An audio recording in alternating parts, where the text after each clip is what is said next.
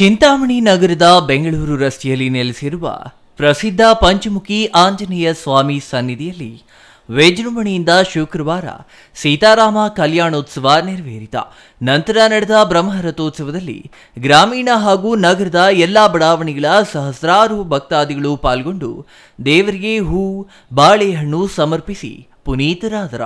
ಕಳೆದ 3 ದಿನಗಳ ಹಿಂದೆ ಬ್ರಹ್ಮರಥೋತ್ಸವ ಆಚರಿಸುವ ಪ್ರಯುಕ್ತ ದೇವಸ್ಥಾನದಲ್ಲಿ ಮಾಲಪಲ್ಲಿ ಎಂಸಿ ಆಂಜನೇಯ ರೆಡ್ಡಿ ಕುಟುಂಬಸ್ಥರು ಗೋಪೂಜೆ ನೆರವೇರಿಸಿ ಲೋಕ ಕಲ್ಯಾಣಾರ್ಥವಾಗಿ ವಿಶೇಷ ಹೋಮ ಹವನಗಳನ್ನು ನಡೆಸಿದ್ರ. ಕನಂಪಲ್ಲಿ ಬಡಾವಣೆಯ ಮಾತೆಯರು ತಂಬಿಟ್ಟು ದೀಪೋತ್ಸವ ನೆರವೇರಿಸಿದ ನಂತರ ಸಹಸ್ರಾರು ಭಕ್ತಾದಿಗಳ ಸಮ್ಮುಖದಲ್ಲಿ ವೀರಾಂಜನೇಯ ಸ್ವಾಮಿ ಸಮೇತ ಸೀತಾರಾಮ ಬ್ರಹ್ಮರಥೋತ್ಸವ ನೆರವೇರಿಸಿದ್ರ. ಬ್ರಹ್ಮರಥೋತ್ಸವ ಪ್ರಯುಕ್ತ ದೇವಸ್ಥಾನದ ಆವರಣದಲ್ಲಿ ಆಗಮಿಸಿದ್ದ ಎಲ್ಲಾ ಭಕ್ತಾದಿಗಳಿಗೆ ಅನ್ನ ಸಂತರ್ಪಣೆ ಏರ್ಪಡಿಸಿದ್ರ.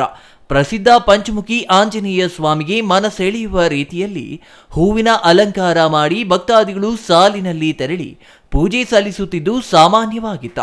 ಅದ್ದೂರಿ ರಥೋತ್ಸವದಲ್ಲಿ ಪ್ರಧಾನ ಅರ್ಚಕ ಕೆ ಸದಾಶಿವಾಚಾರಿ, ವೀರಾಂಜನೇಯ ಸ್ವಾಮಿ ಸೇವಾ ಟ್ರಸ್ಟಿನ ಎಂಎನ್ ಮುನಿಸ್ವಾಮಿ ರೆಡ್ಡಿ, ಮುಖಂಡರಾದ ಜೋಗಿ ಚೇತನ್, ಮಹೇಶ್, ಮೇಸ್ತ್ರಿ ಸೀನಾ, ಟೈಲರ್ ಸೀನಾ, ಡಾಬಾ ಮಂಜು, ಅರುಣಾ ರೆಡ್ಡಿ, ಮಂಜುನಾಥ್ ಇನ್ನೂ ಹಲವರು ಭಾಗವಹಿಸಿದ್ರ.